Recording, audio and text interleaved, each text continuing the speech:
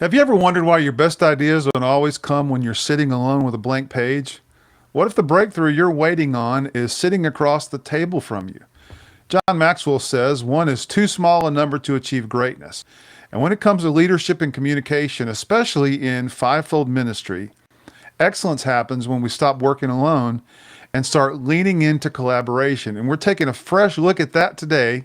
And it's all right here, right now, and only on the Five Gifts podcast.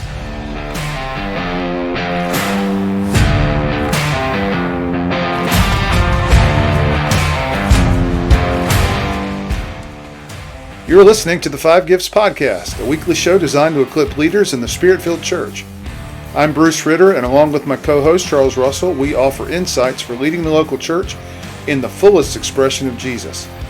If you're interested in learning more about practical theology, the gifts of the Spirit, and spiritual disciplines, this is the show for you. Welcome to the Five Gifts Podcast. Welcome back to the Five Gifts Podcast. I'm Bruce Ritter. And I'm Charles Russell. Our passion here is to help you explore the servant gifts of Jesus, the apostolic, prophetic, pastoral, teaching, and evangelistic, the fivefold gifts of Ephesians 4, and how these gifts shape both the church and the marketplace. It's great to have you here today on the Five Gifts Podcast. Thrilled that you've joined us, listening in, viewing, tuning in, however you're accessing the podcast today. Welcome and thrilled to have you here today. Bruce, how are you doing this morning? I'm doing well, Charles. Good to be with you this morning and excited to talk about our topic today. But boy, we got a busy week ahead of us. Start our servant leadership cohort this coming Thursday. Got a great group of students, active ministers that are taking the next step in their education. So we're excited to be delivering that for them and to begin that process.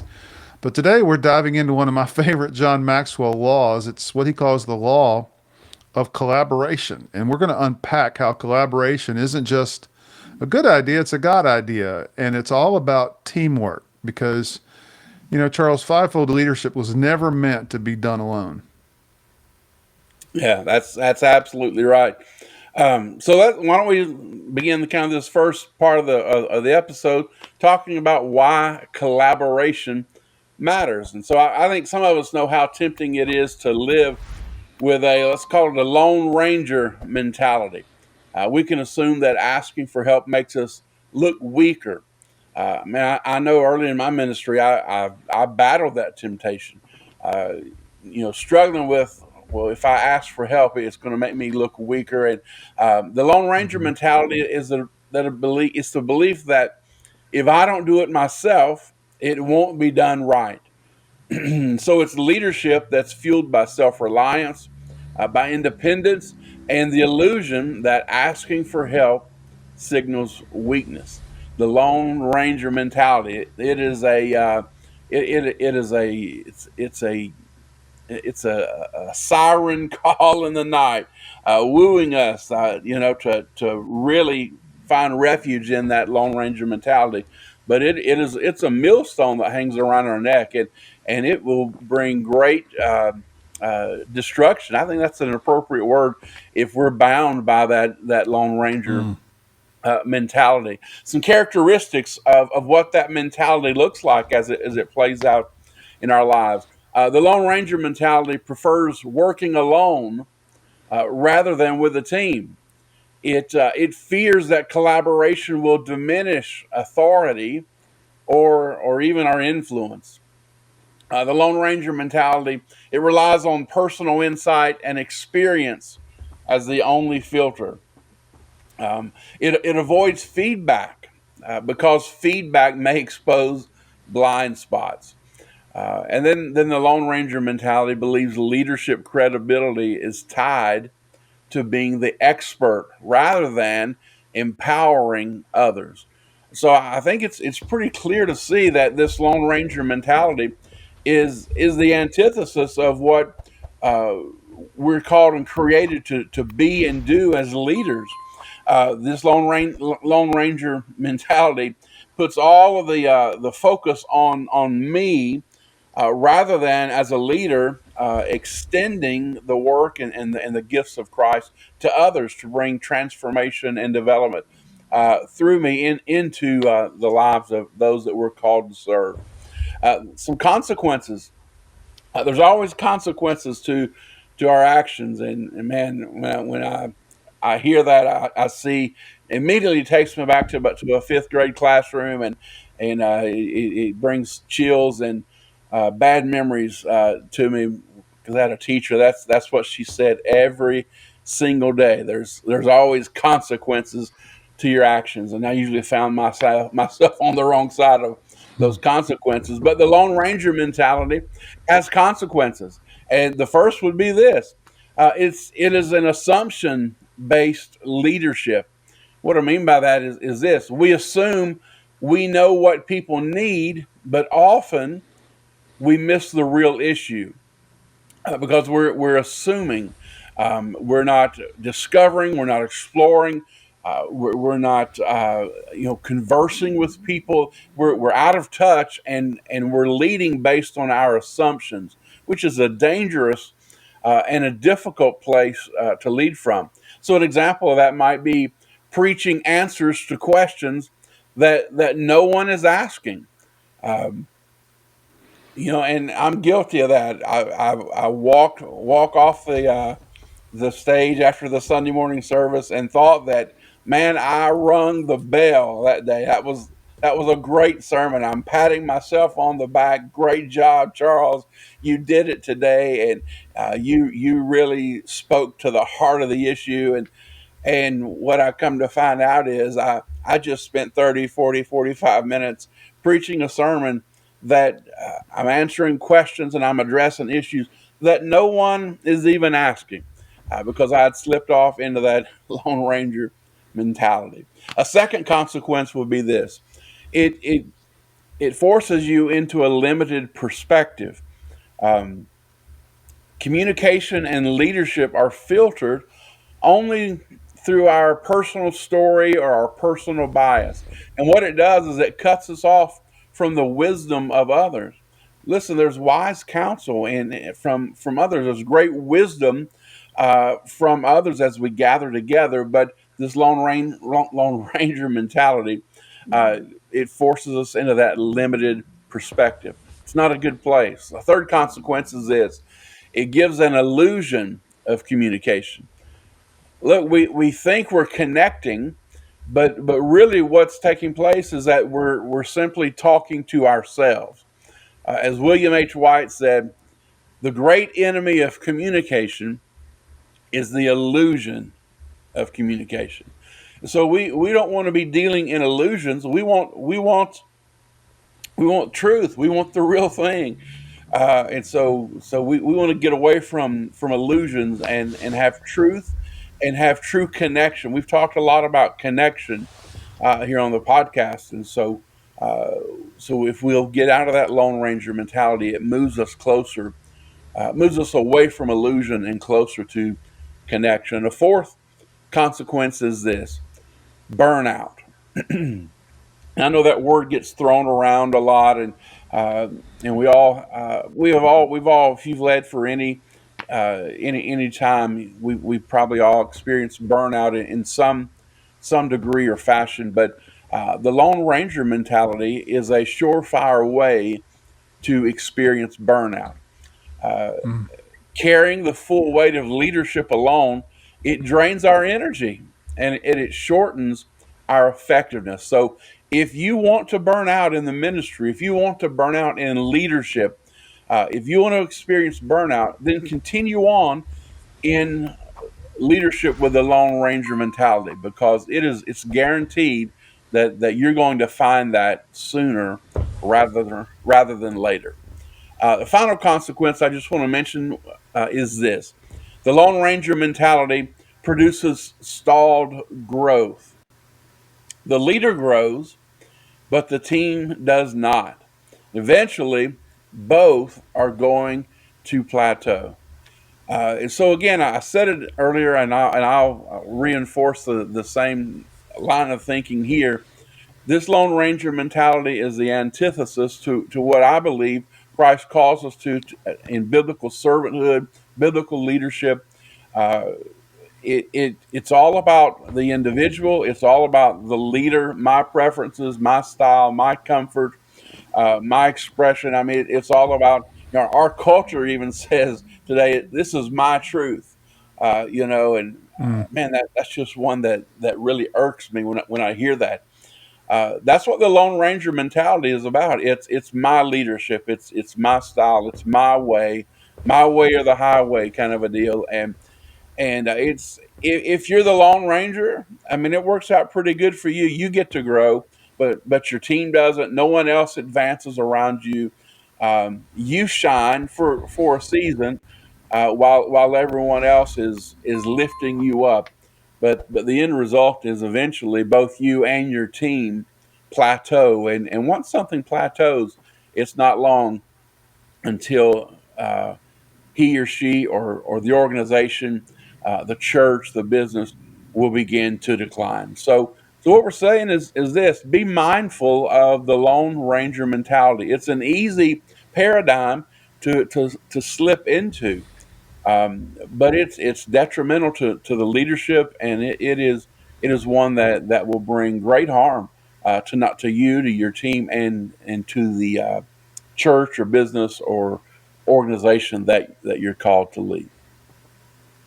Charles, what you're talking about is just so true in ministry. I know my ministry experience will bear that out. That happens to be probably a big temptation for me is to try to do too much alone. And I've got some I don't know if it's AI going on in my head, which artificial intelligence, because I don't lack any genuine intelligence. But I'm thinking that over the weekend I heard a definition of leadership from one of our district leaders, Gina White, and she said that she thinks a good definition for leadership, and I happen to agree with her, is the mission of John the Baptist, that when he said, Jesus must increase, I must decrease. And boy, as I begin to think about that, she actually had us break up in groups during her lecture and share and reflect and with our tables. And so the question at our table was, how are we decreasing? And I'm thinking, wow, our podcast is talking about how we decrease, how we take a step back, how we begin to invite others into the need for leadership in organization. We have to remember, none of us are sufficiently capable of leading anything by ourselves. We're always going to have to rely on people. It's like the title of our podcast is "One is Never Enough." And I think there's such a need for a high relational EQ among fivefold leaders. I mean, the more I look at the servant gifts of Christ, the more I realize it's Jesus pressing us into relationship with people. And without those relationships, without learning to be interdependent on the gifts that He's vested in others, we really do ourselves and our organizations, our teams, our churches a huge disservice. And honestly, I think we're missing Jesus' design, because again, we're called to work in tandem with others. So you think apostolic leaders, they can cast vision, but we talk about how important, and historically it's true, how apostles work with prophets.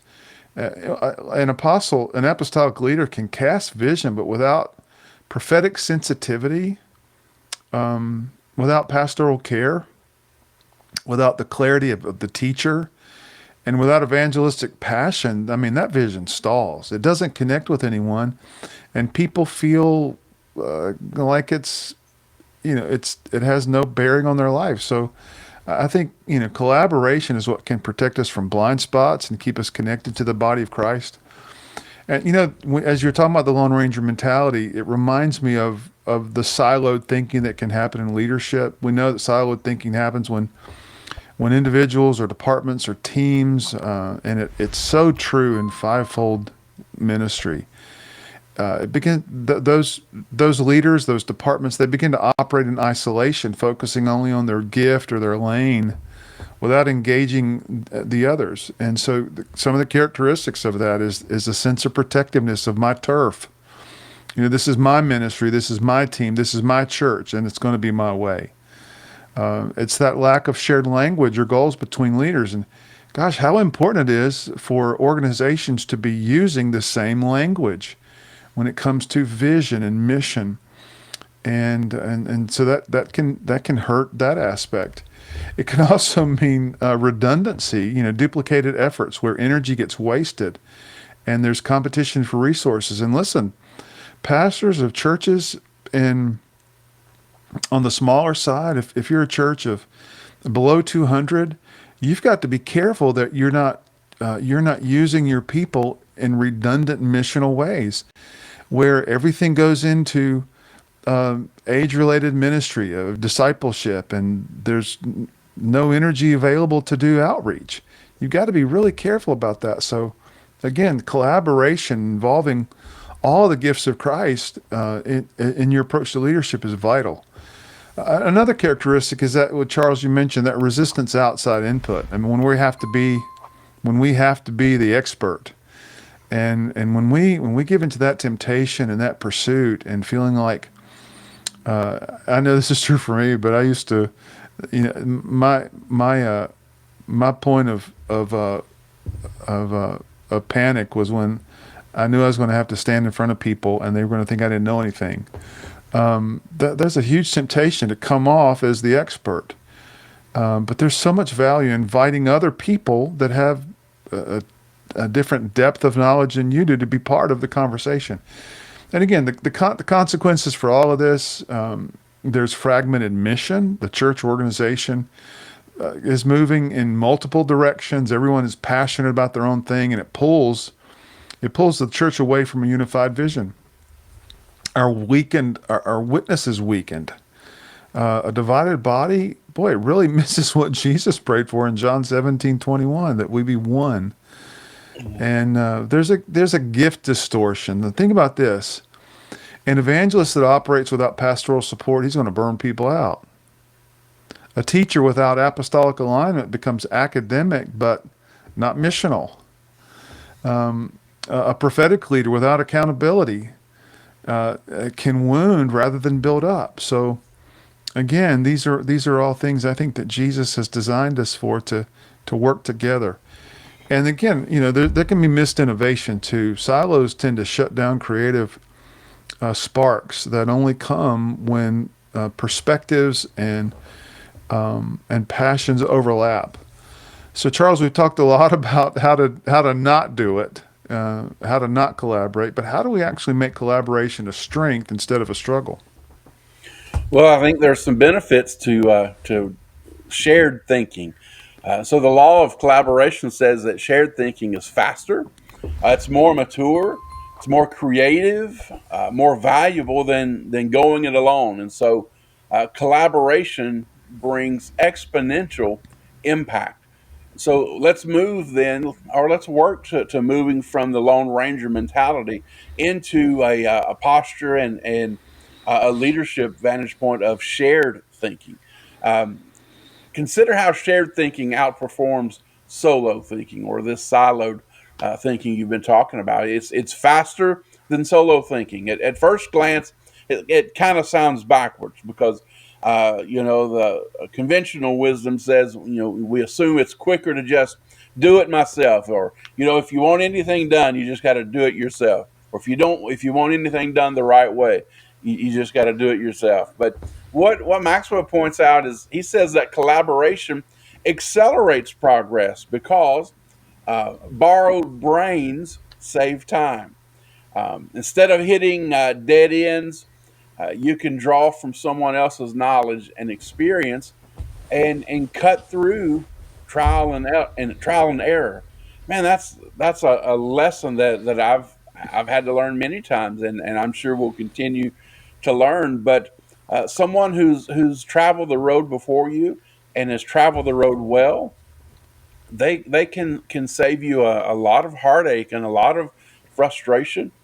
Um, it uh, our in our Western world at least, the adage always says that live and learn. That's what you're supposed to do. You live and you learn.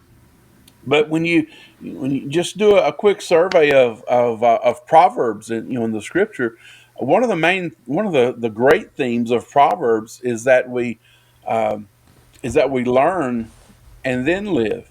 And so it's a complete. The scriptures turn American conventional wisdom on its ear. Uh, our culture says, "Look, you got to live and you learn." The scripture teaches us through Proverbs. We learn and then we live. So this borrowed brain saves time, not only time but frustration, pain, hurt, dysfunction. So we want to be able to collaborate. Um, a second point of progression would be this.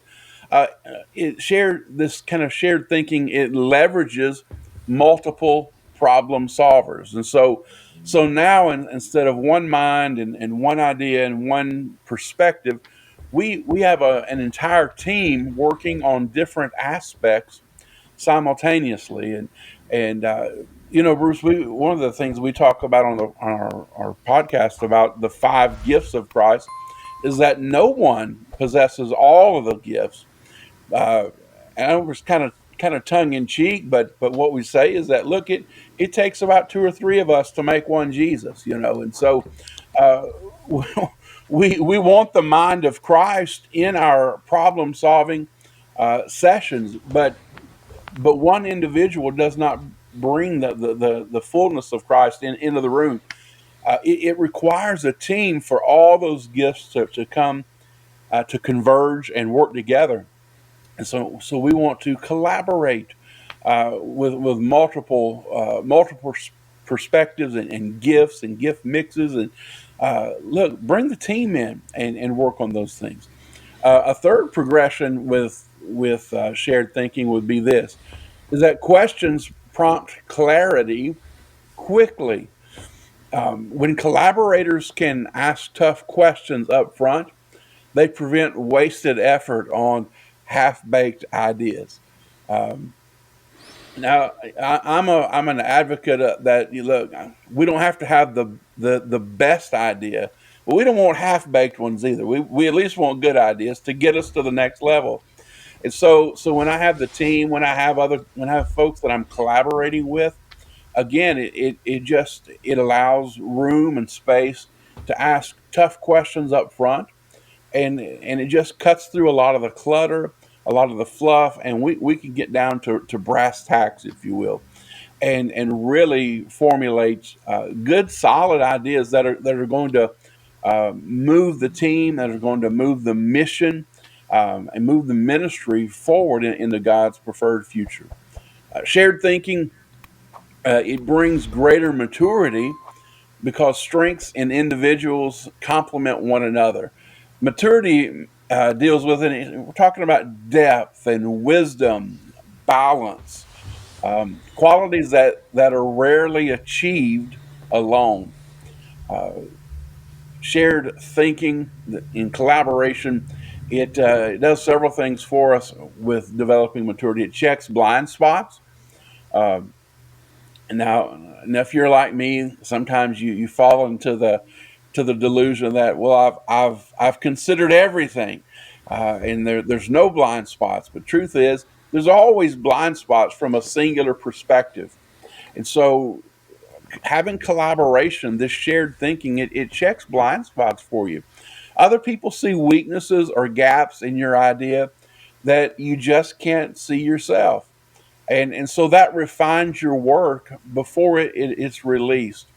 One thing that I've had to learn to do is share my ideas with trusted individuals, with other trusted leaders, or it may be with my family in different contexts and settings. It's different groups of people, but collaboration is universal. We want to collaborate in all aspects, and what I've discovered and what I've found is that I haven't fully thought everything through, and that there are blind spots to my singular ideas that I've kind of built and conjured up. And so whether it is a leadership team in the church where I pastor, or whether it's with my family, with my wife and two daughters, uh, collaboration, it checks your blind spots, and it refines the work, and so it's more polished, and It's more concentrated. It's a greater effort with a team. It also balances perspectives. So it checks our blind spots, but it balances our perspectives. Look, your enthusiasm may blind you to practical challenges, or your caution may blind you to opportunities. And so a diverse team balances both. And so look, we're talking about the progressive nature of shared thinking, of collaboration. It's powerful in balancing our perspectives. Another key component would be that it expands beyond personal experience. Solo thinking is limited to your history, your culture, your worldview. Shared thinking brings richness by layering multiple life experiences. And so we want to engage in this shared thinking to expand beyond just what we've experienced. There's a great big world out there, and a lot of people have lived life and experienced things that we have not. And there's a richness in wisdom that comes as we collaborate together. It also models humility, as we're talking about maturity with collaboration. It models humility. Collaboration itself is a maturing posture. What it says is this: I don't have all the answers, but together we can grow. Now, man, I'm telling you, you've got to have some humility that's developed inside of you come to the place as the leader to say, you know what, I don't have all the answers, but together we can grow. I'm just it takes me back to earlier in my ministry where I used to think I had to have all the answers, and I would if I left a meeting and I didn't have the answer, I felt less than inferior because I wasn't the answer man, you know. But as I've progressed through leadership, what I've discovered is this: I don't have to have all the answers. Uh, people in our churches, just because you're the pastor, they kind of they assume you have all the answers to all their questions in the Bible, and which is just it's just not true. At least that's my experience, and that's my has been my experience in pastoral leadership. And so people would come to me and would have sincere and genuine questions about uh, something they read in Scripture, and they would come and they would say, Pastor, I was reading this in the Bible and it said this, and what does it mean?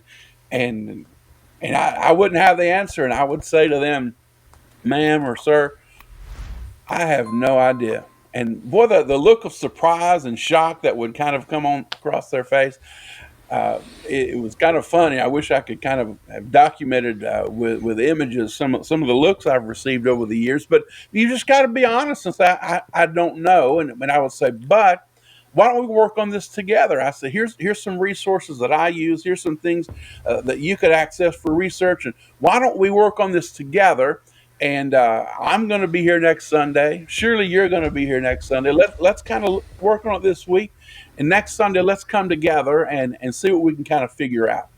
And that's been a great approach for me, and it brings in this idea of collaboration. Number one, it took the pressure off of me to have all the answers. Number two, it brought another individual it helped move them from a place of just being a question answer kind of person into being a researcher, being a learner, and bringing them into the process. And so we kind of collaborate in that regard. But collaboration it breeds humility, and it breeds maturity in us as leaders. Let's talk about the next progression point here for shared thinking would be this: it sparks creativity and energy. Um, we've all, I'm sure, had scenarios, and all could share stories about how being in a team meeting, someone says something, and it just sparks creativity. It sparks an idea. So it sparks creativity, energy, and also synergy in the team. As now we're thinking together. It produces great thoughts from many good ones. So we can all bring our good ideas to the table, but now those begin to coalesce together into a great thought, a great idea. It multiplies value. And so a Maxwellism would be this: one plus one doesn't equal two, rather it equals 11. And so I'll let you visualize that, putting the one plus one together into the number 11. But when two people come together, it's not just about adding their efforts. What it is all about is amplifying one another's strengths, their insights, and creativity. And so, a team working together that's integrating ideas, they're sharpening one another, they're creating synergy within the team. The result is exponential.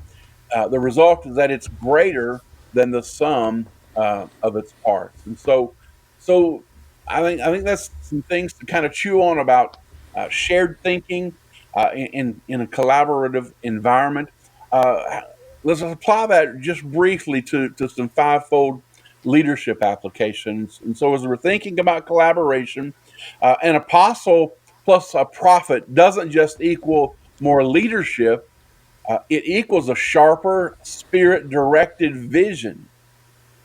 When a pastor and a teacher collaborate together, it doesn't just equal better care, it equals rooted discipleship that multiplies maturity. When an evangelist plus the rest of the team um, doesn't just equal more converts, what it equals is sustainable kingdom growth. And so we want to move to a place of leadership in an environment of collaboration.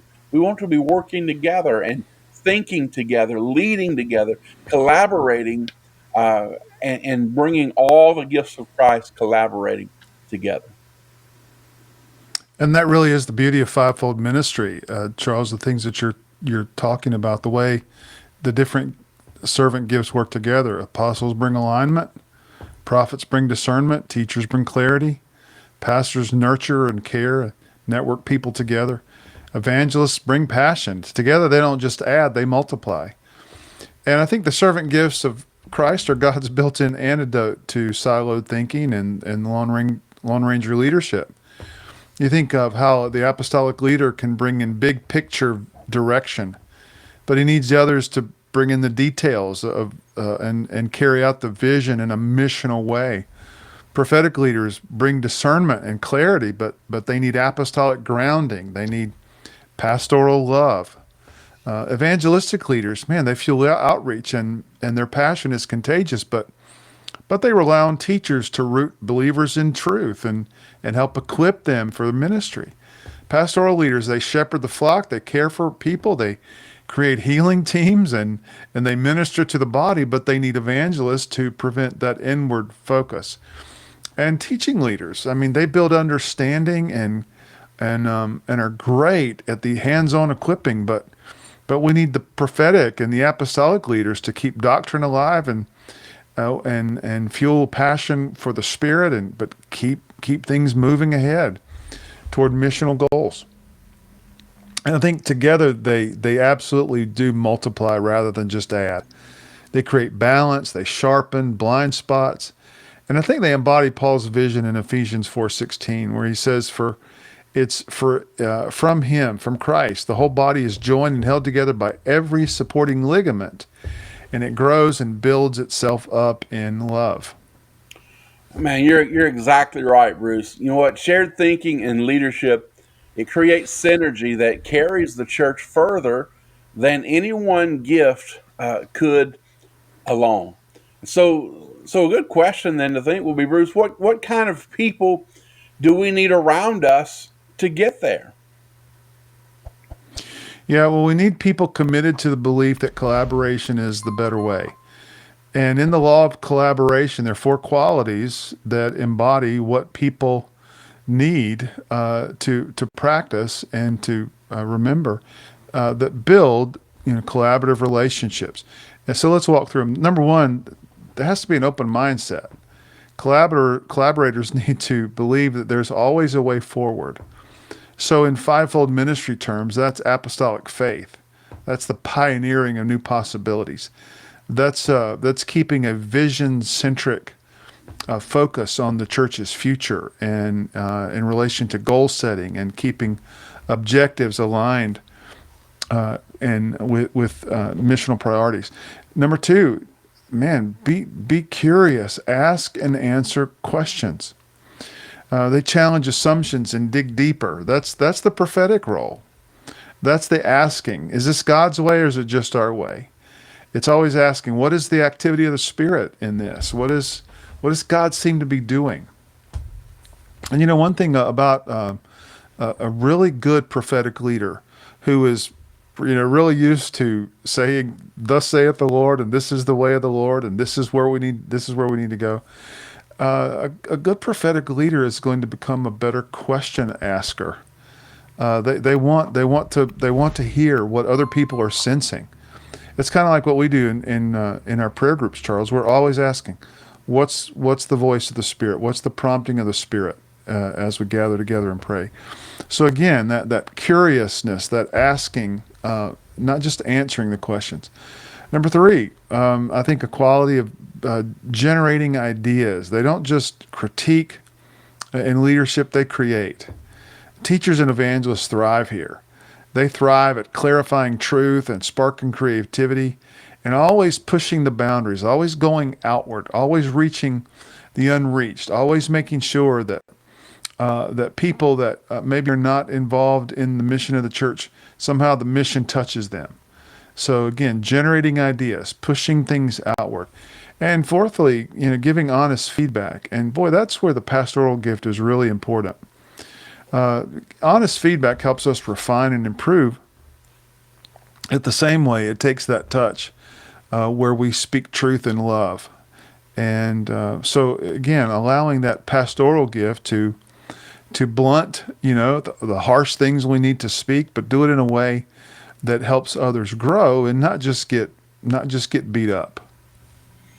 Yeah, absolutely. Bruce, man, the way you've laid that out, it's pretty easy to see how the fivefold gift ministry works as a built-in collaboration system.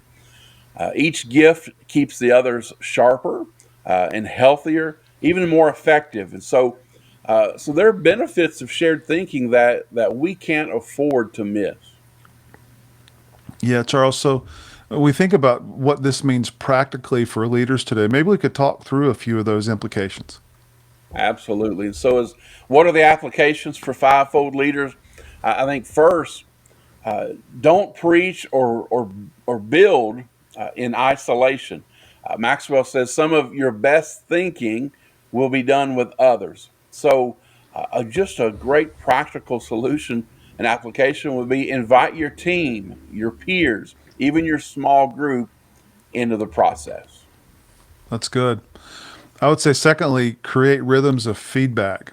After you teach or preach or lead, ask those honest questions. What was strongest? What was weakest? How could it improve? That's where real growth happens. And I want to say something in relation to that, especially for maybe there's a few people, maybe a few that are listening, and you've looked to feedback as only a means of affirmation. That means you you ask the question maybe after your sermon to your spouse, how was I? How was it? A lot of those are internally focused. I'm focused on, did I sound like an idiot or did I sound like the leader that belongs on the platform? Um, no, you don't ask out of a place of insecurity. Ask out of a place of wanting honest feedback for growth. So what was strong about what I said? What could I have said better? How could I improve what I said?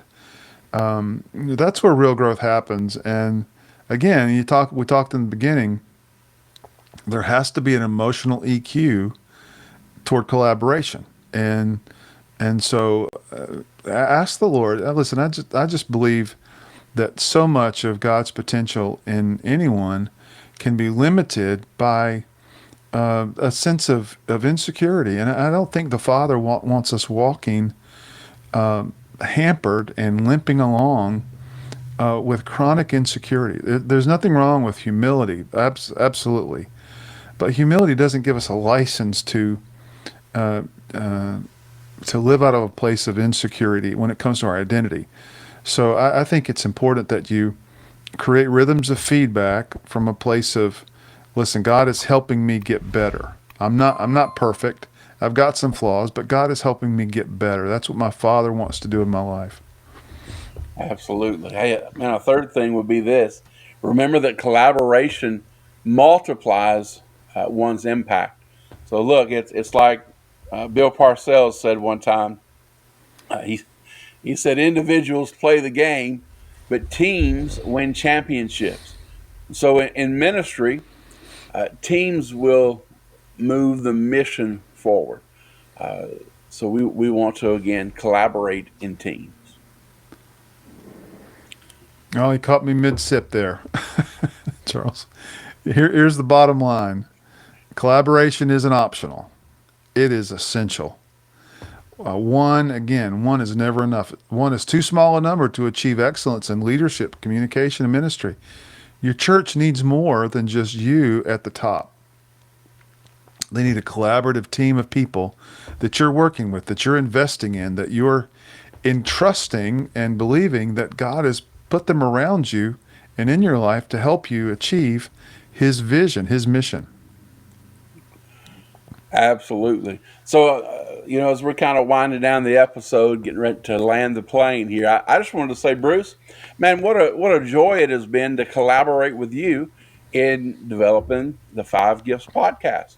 This is something we've talked about for several years. A few years ago, kind of we both kind of had the idea and just began to have conversation and dream and man, look at us here today. Collaboration. We've built this empire here, uh, but little tongue in cheek there. But just wanted to say, hey, thanks, man. What a great journey this has been, collaborating with you, and what we find ourselves doing is we're serving the kingdom of God, and Amen. this has just been a wonderful expression to serve the body of Christ in a way that God has gifted us to do, and it's come about as we've humbled ourselves and collaborated together. So I just wanted to say thanks. Um, well, here's our challenge for you this week. Who do you need to invite into your thinking process? Maybe it's a fellow leader, a trusted mentor, your fivefold team. Look, don't do this alone. Link up, lean in, and let collaboration sharpen your voice. Uh, Another important thing I want to remind you about: don't forget to like this episode and subscribe to our podcast. Be a part of the collaborative effort that Bruce and I are sharing. We want you to be a part as well. Like, subscribe, follow, comment. Go on the journey with us. Be a part. Don't just be a listener. Be a participant. Be a fellow collaborator with us, and we'll go on the journey together. We'd love to collaborate with you. One of the greatest resources for reflective collaboration is done with a coach. And so maybe you're ready for coaching. Well, whether you lead a church, a nonprofit, or a kingdom business, we offer customized coaching for individuals and teams. One-on-one coaching to clarify your personal call and strengthen your systems. Maybe it's team strategy sessions to align your leaders, your priorities, and your systems. You can reach out to us today at charlesrusselltraining.com or charlesrussellministries.com. You can find Bruce at coachingcardia.com. We would love the opportunity to collaborate with you. And Charles, I want to say again, what a joy it has been to collaborate with you. The idea of putting this podcast together, and we're coming up on our second full year of creating content and putting out episodes that we think are helpful. And so I think that you get to spend some time with Charles and us, and hopefully we allow things that are going on in our heads to come across with a sense of clarity. And if this episode has been a great resource for you, then make it a great resource for someone else. Share it with your leaders, share it in your church, share it with people you work with at your business, perhaps your staff or a leader, even in another church. And again, we'd love to hear from you. So please drop a comment You'll find reflective questions many times in the comments below.